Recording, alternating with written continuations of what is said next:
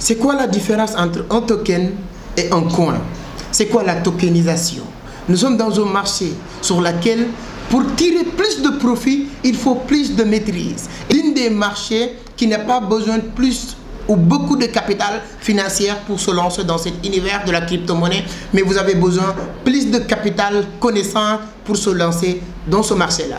Et je pense que savoir distinguer certains éléments de base pourra vous permettre de mieux comprendre comment cerner pour être un homme bien outillé pour se lancer sur la crypto-monnaie. La différence entre un coin et un token, c'est quoi la tokenisation? Quels sont les mécanismes de consensus qui vraiment lie ou bien sur laquelle la crypto-monnaie se repose est un élément fondamental pour un trader rentable sur le marché. C'est pourquoi aujourd'hui je vous propose de partager ou bien de faire avec vous une vidéo plus ou moins un peu technique que je n'ai pas l'habitude de faire dans cette scène. Mais la seule chose qui va nous distinguer que les autres, ou bien qui va distinguer cette vidéo technique que les autres vidéos techniques que vous avez l'habitude de voir, c'est ma façon de simplifier les choses. Qu'est-ce qui va se passer? J'aime bien le dire et le répéter.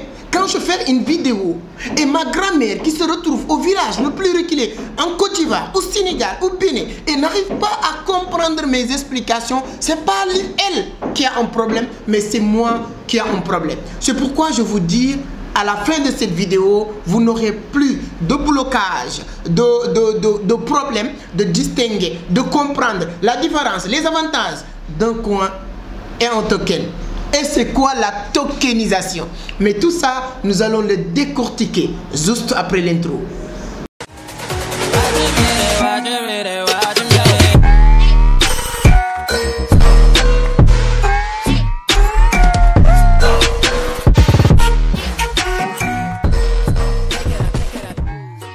Merci beaucoup. Mais avant d'attaquer le sujet, permettez-moi de me présenter rapidement. Moi, je m'appelle Amadou Seck, fondateur de Vision d'Afrique, initiateur du club Entreprendre au Tourment. Dans cette scène, on partage 3 contenus par semaine. On parle de business, d'investissement, de l'entrepreneuriat, mais surtout de la crypto-monnaie. Modestie à part, mais je peux vous dire, on fait partie des meilleurs en matière de l'économie numérique et de la crypto-monnaie aujourd'hui en Afrique de l'Ouest. Je parcours l'Afrique pour partager mes maigres connaissances à travers les séminaires, les formations, etc. avec la jeunesse africaine. Donc mes chers amis, si vraiment l'entrepreneuriat vous intéresse ou la crypto-monnaie d'une manière générale, vous êtes au bon endroit. La seule chose qu'il vous reste à faire, c'est de vous abonner, activer les notifications pour rejoindre les milliers et des milliers de personnes qui sont abonnées à cette série. Sur ce, je fais une parenthèse pour le remercier, dire que à toutes les personnes qui ont abonné à cette chaîne, grâce à vous aujourd'hui on va passer à un autre niveau et d'ici 2023 vous allez voir beaucoup d'améliorations sur notre façon de présenter les sujets, les concepts et la technologie aussi qu'on va mettre à la disposition de notre équipe technique pour que vraiment vous pouvez avoir des belles vidéos et une qualité de son de ouf, parce qu'on sait que vraiment si on est arrivé là où on est aujourd'hui, bien vrai qu'il reste beaucoup de choses à faire, c'est grâce à vous. Donc merci beaucoup. Donc comme je l'ai dit au départ, maintenant nous allons entrer au vif du sujet. Comme je l'ai dit au départ, aujourd'hui nous allons voir c'est quoi la différence entre un coin et un token. C'est très simple. Je fais parenthèse parce que pour comprendre la crypto, il faut comprendre la technologie sur laquelle la crypto-monnaie se repose, qui s'appelle la blockchain. Donc on ne peut pas avoir une crypto-monnaie, ou bien les crypto-monnaies ne peuvent pas exister sans la blockchain. La blockchain, c'est cette registre centralisé, décentralisé, qui nous permet de faire les transactions. Donc c'est un registre qui enregistre toutes les transactions qui se font sur la crypto-monnaie partout dans le monde, infalsifiable. Et chacun d'entre nous a la possibilité de vérifier ces transactions à cette technologie de blockchain.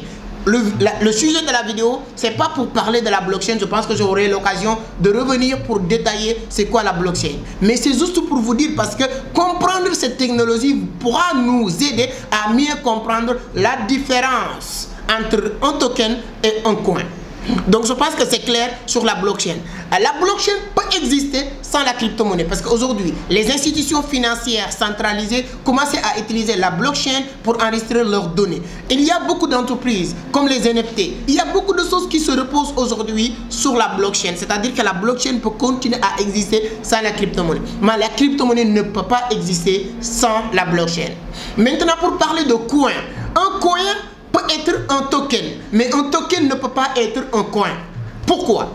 Parce que quand tu prends un coin, c'est simple. Un coin, c'est une crypto-monnaie qui a aussi sa propre blockchain. Voilà, parce que comme je dis, la blockchain, les crypto-monnaies ne peuvent pas fonctionner sans avoir un blockchain. Et un coin, c'est une crypto-monnaie qui est adossée sur sa propre blockchain. Je donne un exemple. Quand tu prends Bitcoin, Bitcoin c'est un coin, c'est un token, mais c'est un coin aussi, parce qu'il a sa propre blockchain qui est la blockchain de Bitcoin. Je fais aussi un petit parenthèse pour expliquer. Si tu prends Bitcoin, il y a Bitcoin avec un grand B, il y a Bitcoin avec petit b.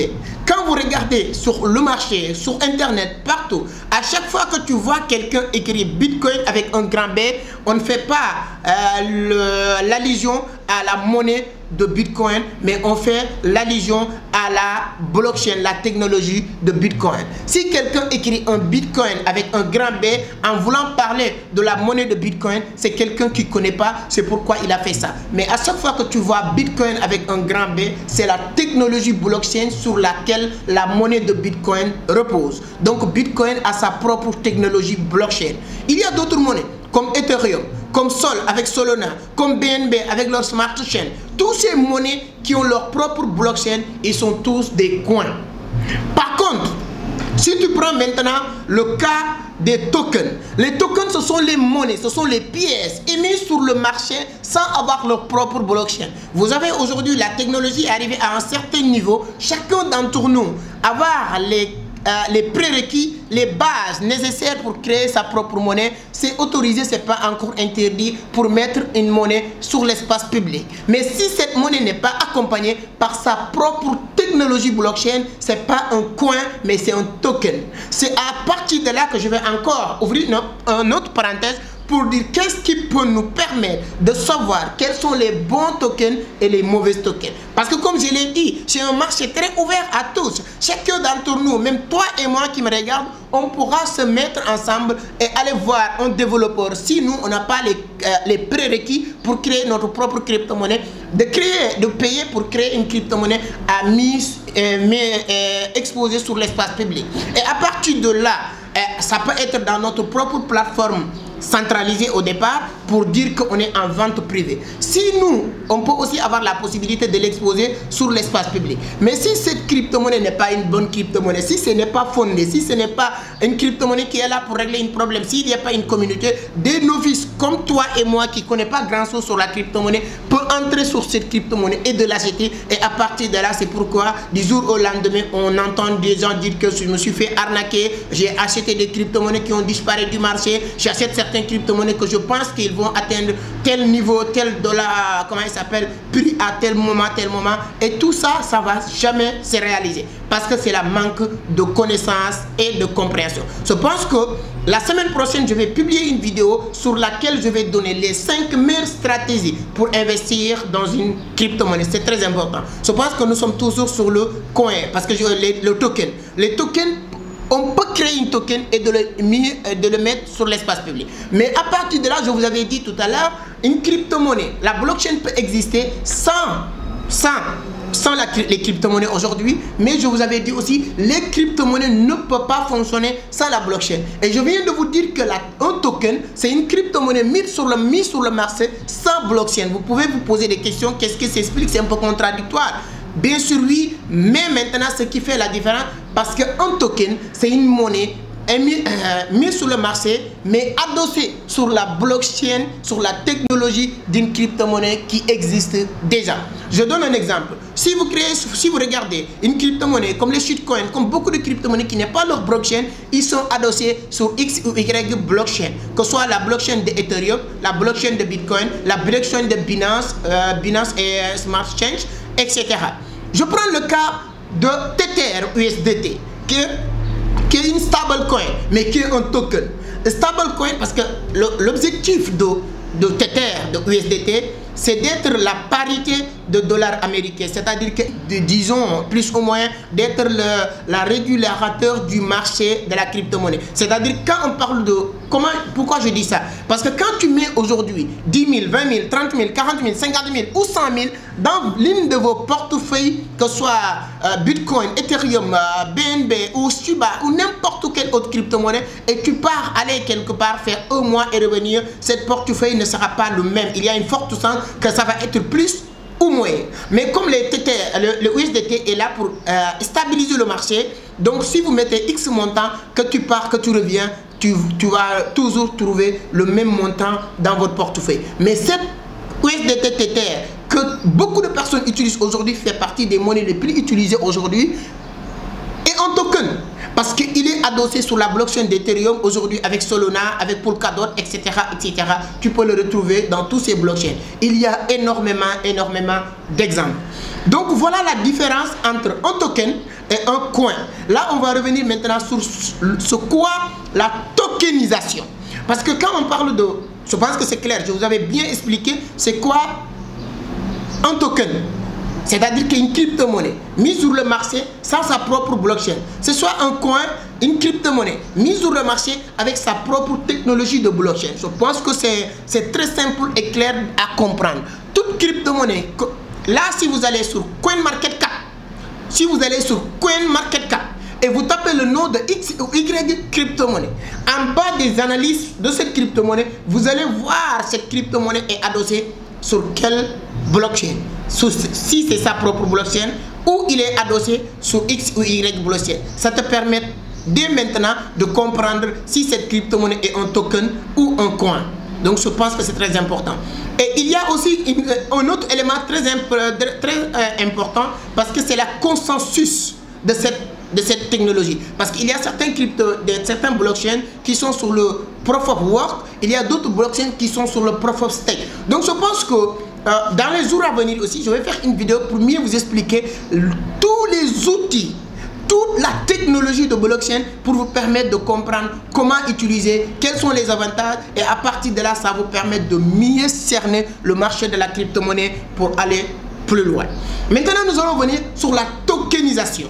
La tokenisation, on utilise le mot tokenisation si on veut ressembler des fonds ou bien si on veut distribuer une propriété qu'on ne peut pas diviser, à partager avec milliers de personnes, mais à travers la tokenisation de cet élément-là, ça nous permet de le diviser, de diviser le capital. Je donne un exemple. Aujourd'hui, disons que nous sommes dans une entreprise qui s'appelle Vision d'Afrique. Et Vision d'Afrique aujourd'hui, disons que le capital ou bien l'estimation de Vision d'Afrique tourne autour de 100 millions. Et si l'estimation de Vision d'Afrique tourne, la capitale, ou bien voilà, tourne autour de 100 millions, pour diviser, pour tokeniser Vision d'Afrique, si on veut le tokeniser par 1 million de parts, maintenant on va diviser 100 millions divisé par 1 million qui te donne $100. Supposons aujourd'hui 1 million de personnes peuvent avoir 100 tokens sur l'entreprise de Vision d'Afrique. Et maintenant il y a plus de tokens sur le marché si on a tokenisé l'entreprise. Si demain ou après-demain, les parts, aujourd'hui Vision d'Afrique, il n'y a qu'un seul bâtiment d'R+3, disons. Demain, avec tous ces 1 million de personnes qui ont acheté des actions et l'argent qu'on a reçu nous permet d'agrandir l'entreprise, de créer d'autres bâtiments, la valeur de l'entreprise va quitter de 100 millions à 200 millions, à 300 millions, à 400 millions. Mais à partir de là, il n'y a plus de tokens parce que tous les tokens, les 1 million de tokens sont distribués par 1 million. Les 100 millions de parts sont tokenisés par 1 million de tokens qui sont distribués par 100 000 personnes. Voilà, on divise déjà ces parts-là à 100 000. Donc maintenant, si on a doublé le capital, il n'y a plus de tokens, on va doubler la valeur de ces tokens qu'on avait partagés à ses membres. On peut parler de l'immobilier. Il y a beaucoup de... C'est-à-dire que c'est un objet physique qu'on ne peut pas diviser pour donner chaque personne sa part et on peut tokeniser cet objet-là pour chacun avoir sa part claire et nette et qu'on va adosser sur la blockchain. La blockchain nous permet de tokeniser l'immobilier, de tokeniser une entreprise, de tokeniser beaucoup d'objets qu'on ne peut pas diviser diviser. Si on partage cette commande de climatiseur là qui était une valeur vraiment de 100 milliards, 10 milliards, peu importe sa valeur, mais pour le partager à 2 ou 3 personnes, on ne peut pas diviser parce que si vous coupez ça, vous allez gâter cette commande. Qu'est-ce qu'on va faire? On va mettre la valeur et le tokeniser sur la blockchain et à partir de là, chacun peut avoir sa part. Donc la tokenisation sort vraiment le cadre de la crypto-monnaie. Le token, c'est une crypto-monnaie mise sur le marché sans sa propre blockchain.